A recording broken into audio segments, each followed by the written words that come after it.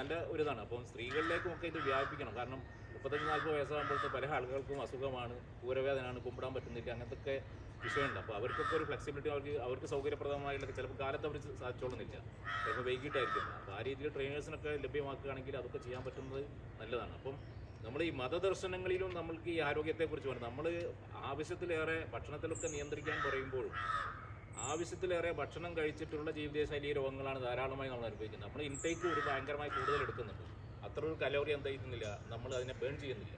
അതുകൊണ്ടുണ്ടാകുന്ന പ്രയാസമാണ്. ഭക്ഷണത്തെ നമ്മൾ നിയന്ത്രിക്കാതെ 2 നേരം ആക്കാൻ പറ്റാതൊക്കെ ചെറിയ ലഘുഭക്ഷണം. അപ്പോൾ നമ്മളിത് ധാരാളമായി ഭക്ഷണം കഴിച്ചിട്ട് പിന്നെ എക്സസൈസ് ചെയ്തിട്ട് വലിയ പ്രയോജനം കിട്ടില്ല. കാരണം അതിൻ്റെ ഇരട്ടി നമ്മൾ എടുത്തിട്ടുണ്ട്. ഒരു 10,000 കലോറി കണ്ട് കയറി വരുമ്പോൾ നമ്മൾ 2,000 പുറത്തേക്ക് വിടുന്നുള്ളൂ. അത് 8,000 കൂടെ എങ്ങനെ നമ്മൾ ഇങ്ങനെ ഡെപ്പോസിറ്റ് ചെയ്ത് വരികയാണ്. ആ ഒരു അവസ്ഥയെ മാറിയിട്ട് അതും കൂടി നമ്മൾ ഇതിൽ ഒരു മെയിൻറ്റെയിൻ ചെയ്ത് വരാവുന്നതാണ്. അപ്പം നമ്മൾ ഹോസ്പിറ്റലിൽ പോകാതെ ഒരാളുടെ വരുമാനത്തിൻ്റെ നല്ലൊരു ശതമാനവും കുടുംബത്തിൻ്റെ ആരോഗ്യ പ്രശ്നങ്ങൾക്ക് വേണ്ടി ഹോസ്പിറ്റലിൽ ചെലവഴിക്കുന്ന അവസ്ഥയാണ്. അതില്ലാതാവാൻ സാധിക്കും. ഇപ്പം നമ്മൾ ഈ വിശ്വാസികളായിട്ടുള്ള ആളുകൾ അവർ